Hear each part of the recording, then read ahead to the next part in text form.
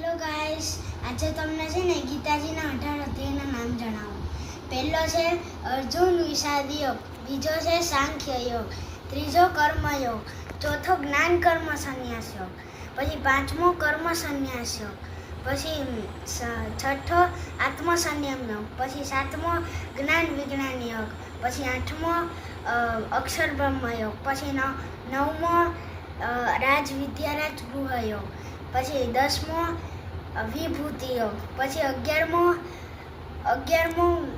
વિશ્વરૂપ દર્શન યોગ, પછી 12મો ભક્તિ યોગ, પછી 13મો ક્ષેત્ર વિભાગ યોગ, પછી 14મો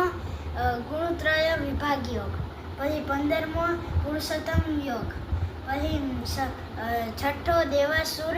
સંપદા વિભાગ યોગ, પછી 17મો શ્રદ્ધાતય વિભાગ યોગ, પછી 18મો મોક્ષ સંન્યાસ યોગ.